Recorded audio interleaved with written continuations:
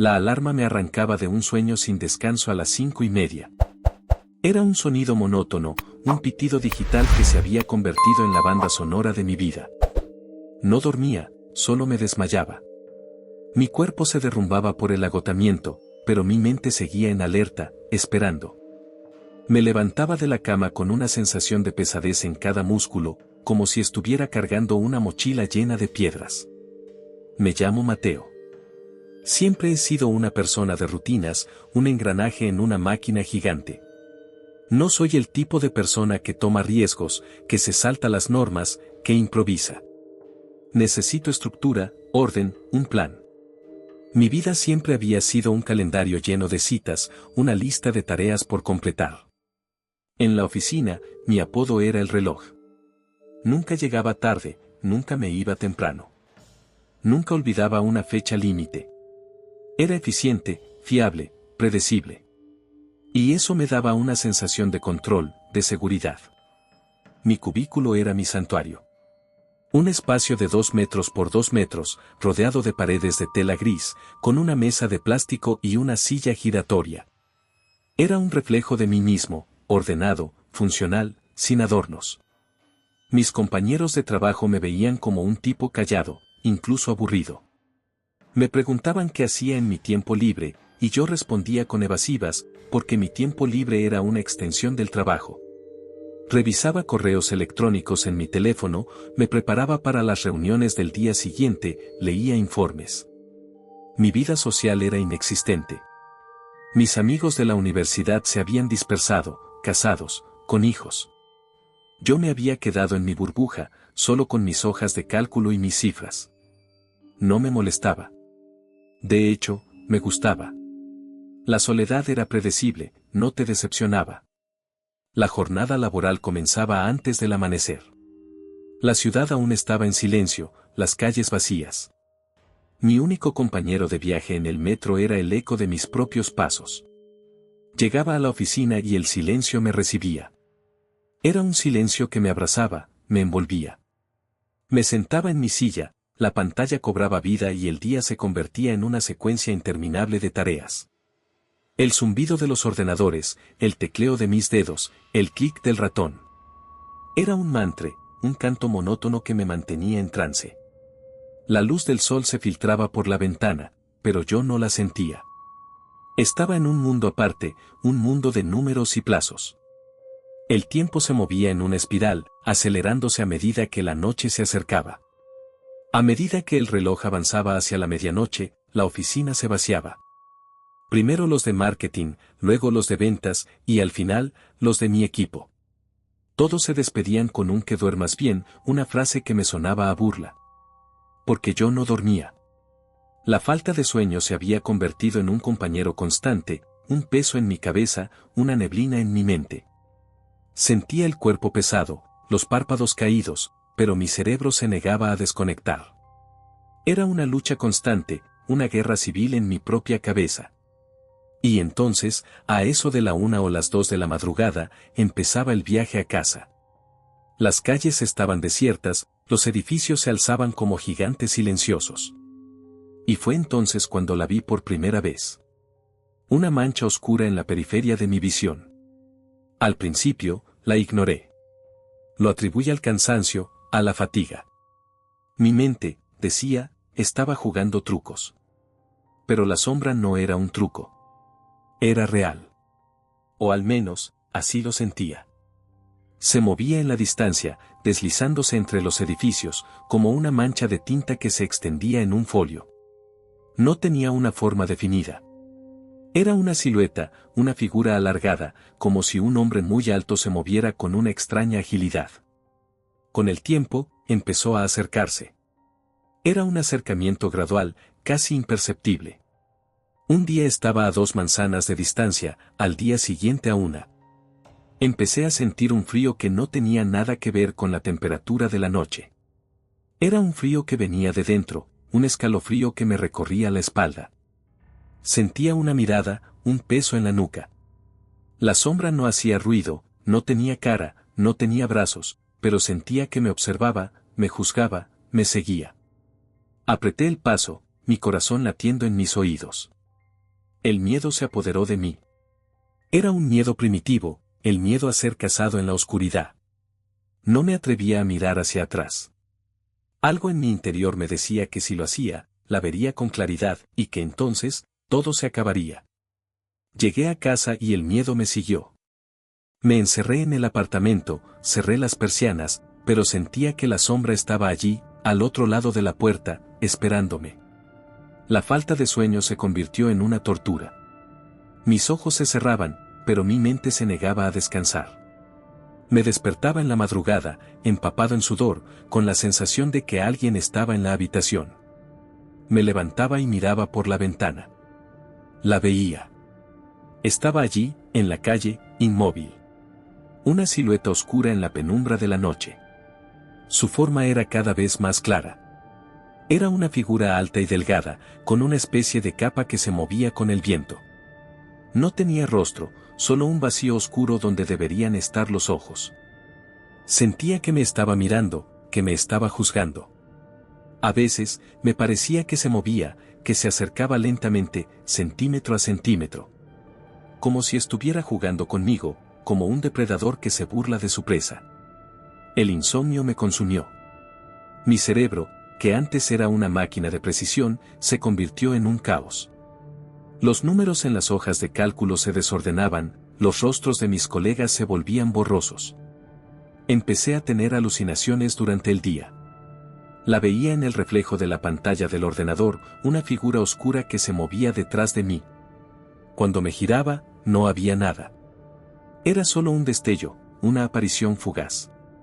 Un día, en el ascensor, sentí que estaba justo detrás de mí. La respiración se me aceleró, mi cuerpo se tensó. Me giré bruscamente, pero no había nadie.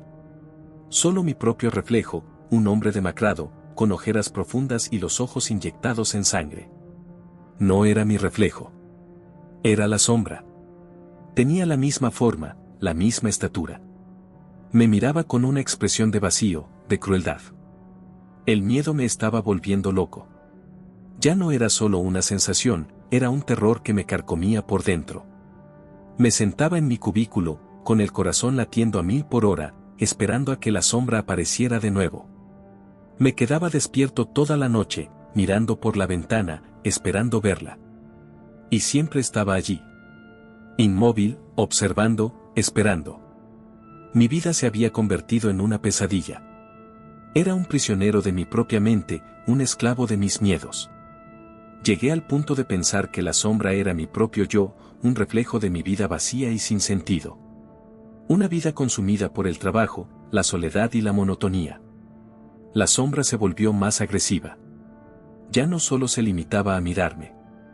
Empecé a escuchar susurros en el silencio de la noche, una voz baja, inaudible, que parecía venir de las paredes. Sentía que tocaba la ventana, un golpeteo suave y constante que me hacía saltar de la cama. La alucinación se hizo tan real que empecé a dudar de mi propia cordura. Me preguntaba si la sombra era real, si existía, o si era solo una manifestación de mi mente agotada. No tenía respuesta. Solo tenía miedo. El terror se había convertido en el centro de mi universo. Una noche, la sombra se movió. Se movió hacia la ventana, lentamente, como si estuviera flotando. Noté que no tenía pies. Se deslizaba sobre el pavimento como una serpiente. La vi acercarse a la ventana, a mi ventana. El golpeteo se hizo más fuerte, más insistente.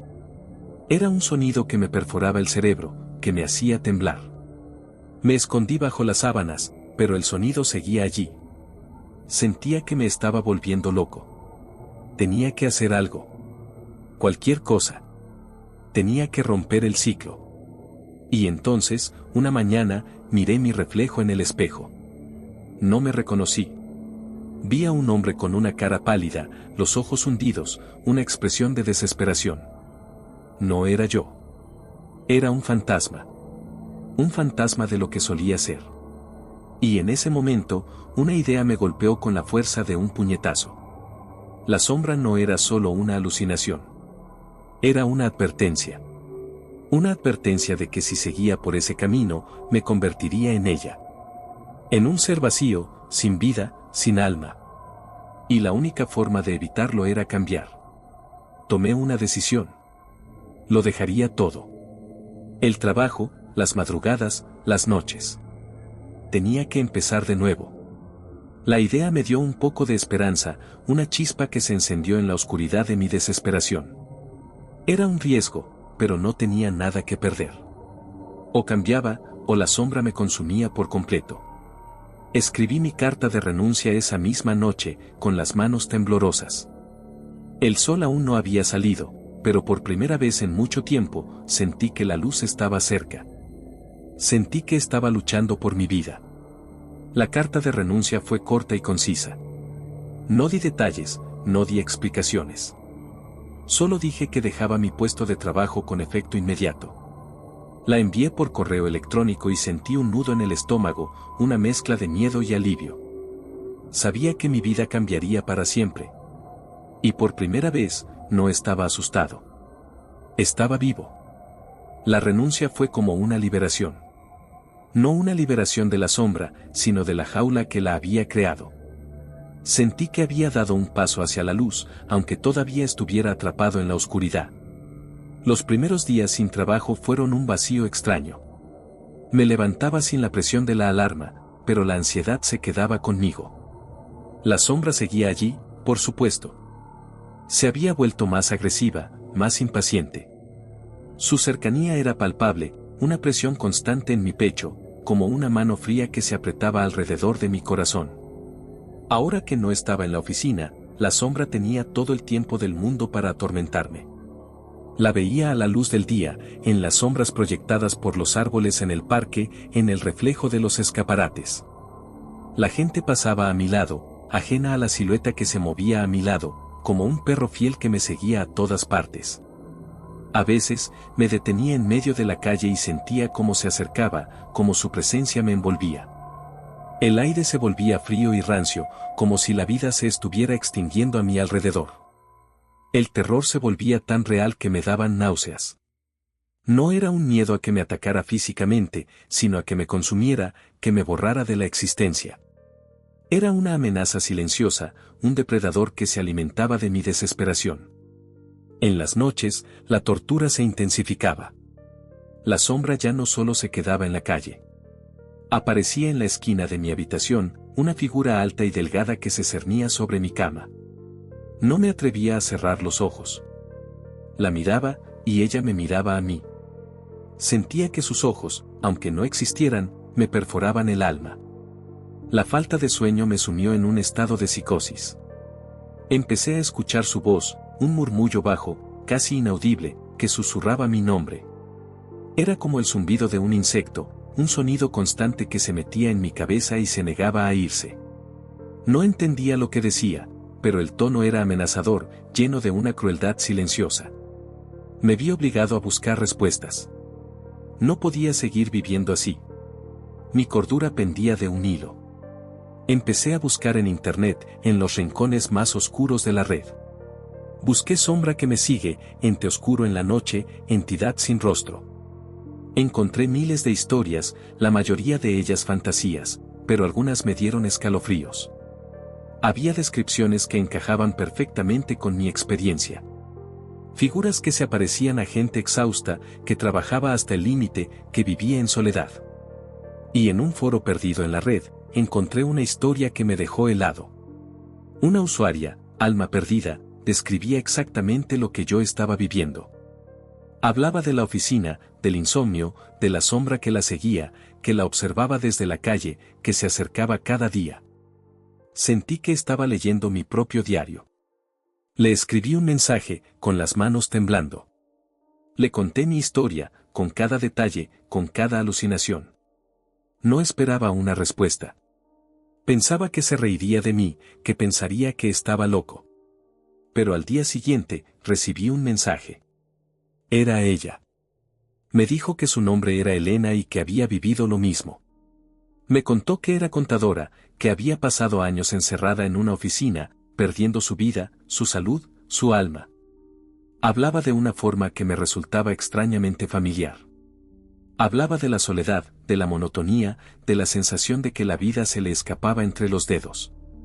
Su personalidad, a través de los mensajes, se revelaba cautelosa, pero con una inteligencia y una sensibilidad que me atraían. Podía sentir su cansancio, su desesperación, pero también una fuerza interior que se negaba a rendirse. Intercambiamos números de teléfono y hablamos por horas. Su voz era suave, con un toque de agotamiento, pero con una calidez que me hizo sentir menos solo. Me contó que había probado con psicólogos, con terapeutas. Todos le habían dicho que eran alucinaciones, que necesitaba dormir. Pero ella sabía que era algo más. Me dijo que la sombra no era solo un síntoma, sino una causa. Que se alimentaba de la soledad y la desesperación. Me preguntó si yo había notado que la sombra se sentía más débil cuando estaba con gente. Le dije que sí, que lo había notado, pero no le había dado importancia. Ella me dijo que esa era la clave. Que la sombra se debilitaba con la compañía. Elena me dijo que había dejado su trabajo hacía unos meses.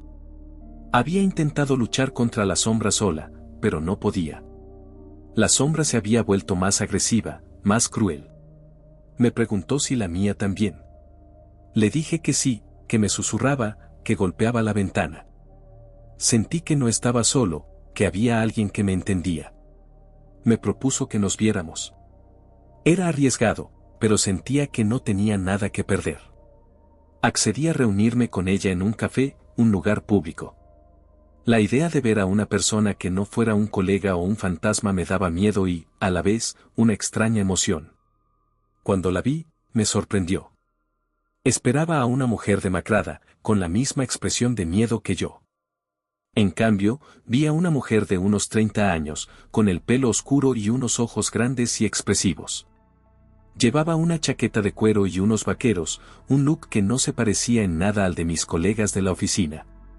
Había una cicatriz en su ceja, una pequeña marca que le daba un aire de fragilidad y fuerza a la vez. Cuando me sonrió, sentí un escalofrío. No era una sonrisa de felicidad, sino una sonrisa de empatía, de alguien que ha visto el infierno y ha vuelto. Nos sentamos en una mesa y hablamos durante horas. Hablamos de nuestros trabajos, de cómo nos habíamos convertido en esclavos de nuestras rutinas. De cómo habíamos dejado de vivir para trabajar. Y de la sombra. Hablamos de su apariencia, de sus movimientos, de susurros. Nos dimos cuenta de que nuestras sombras eran idénticas, como si fueran dos clones de la misma entidad. Era una experiencia tan íntima que me sentí desnudo. Le conté mis miedos más profundos, mis alucinaciones más aterradoras. Y ella me escuchó sin juzgar, asintiendo con la cabeza, como si entendiera cada palabra. Y entonces, lo sentí. Un vacío. Una ausencia. Miré a mi alrededor.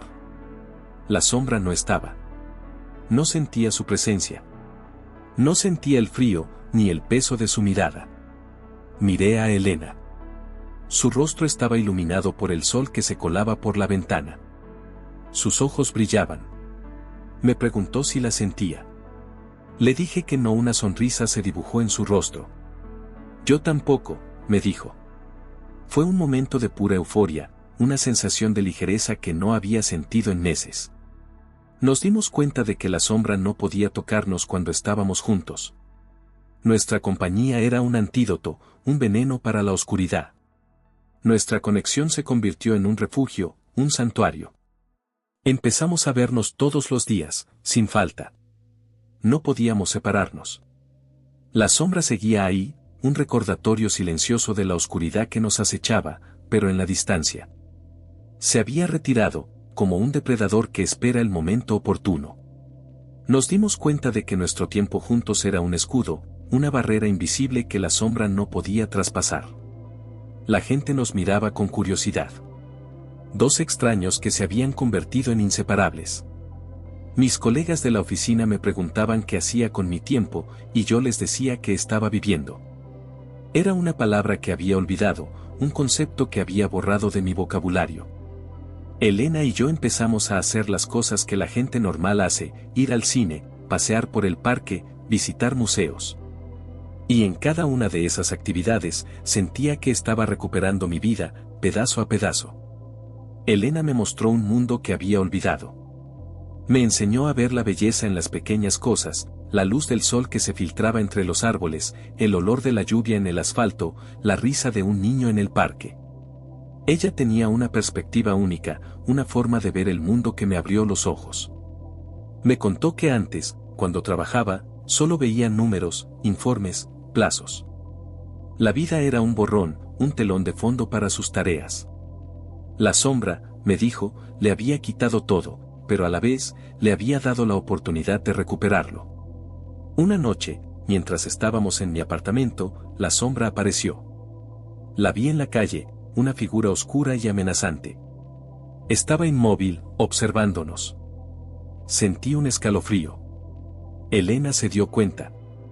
Se acercó a la ventana y miró hacia afuera. Noté que no tenía miedo. Había una extraña calma en su rostro. No es una amenaza, Mateo, me dijo. Es un reflejo. El reflejo de lo que éramos. De lo que casi fuimos. Sus palabras resonaron en mi cabeza. La sombra no era un monstruo, sino una manifestación. Un espejo. Era el reflejo de mi agotamiento, de mi soledad, de mi vida vacía. Se había alimentado de mi desesperación, de mi falta de sueño, de mi rutina monótona. Cuando me había convertido en un fantasma, la sombra se había vuelto real. Y ahora que estaba recuperando mi vida, la sombra se estaba desvaneciendo. Nos dimos cuenta de que no podíamos volver a estar solos. La soledad era el combustible de la sombra. Y la conexión, la compañía, era su veneno. Fue entonces cuando me propuso que nos mudáramos juntos. La idea me pareció lógica, necesaria. Era el siguiente paso en nuestra lucha contra la oscuridad. Encontramos un apartamento más grande, con ventanas que dejaban entrar la luz. Llenamos el espacio con risas, con conversaciones, con música. Nos convertimos en un equipo, en dos supervivientes que se habían encontrado en medio de la tormenta. Ya no me levantaba con la alarma, sino con el sol. El café de la mañana no era una necesidad, sino un ritual. La vida se había convertido en una serie de momentos, no en una secuencia de tareas. La sombra desapareció. Se desvaneció por completo. Ya no la sentía, no la veía. Era como si se hubiera disuelto en el aire, como un mal sueño que se borra al despertar. Pero su recuerdo se quedó con nosotros. Era un recordatorio de lo que habíamos superado, de la pesadilla que habíamos vencido. Encontramos trabajos nuevos, trabajos que nos permitían tener una vida fuera de la oficina. Tenía una rutina nueva, una vida nueva. Me despertaba con el sol, desayunaba con Elena y sentía que el día estaba lleno de posibilidades. A veces, por la noche, me quedaba mirando por la ventana. Las calles estaban vacías, iluminadas por la luz de la luna. Pero no había ninguna sombra. Solo había silencio y paz. La historia de la sombra se convirtió en una especie de cuento de hadas para nosotros. Una historia de terror que nos había unido, que nos había mostrado el camino. La moral de la historia, lo que aprendí de todo esto, es que la soledad es un depredador silencioso. Se alimenta de nuestra rutina, de nuestro cansancio, de nuestra desesperación. Nos consume por dentro, hasta que nos convertimos en fantasmas. Y la única forma de combatirla es con la conexión, con la compañía. La sombra no era un monstruo que venía a matarnos, sino un reflejo de nosotros mismos, un grito de auxilio de nuestras almas. Nos obligó a cambiar, a buscar la luz. Y la encontramos el uno en el otro. Nos habíamos encontrado en la oscuridad y habíamos encontrado la luz juntos.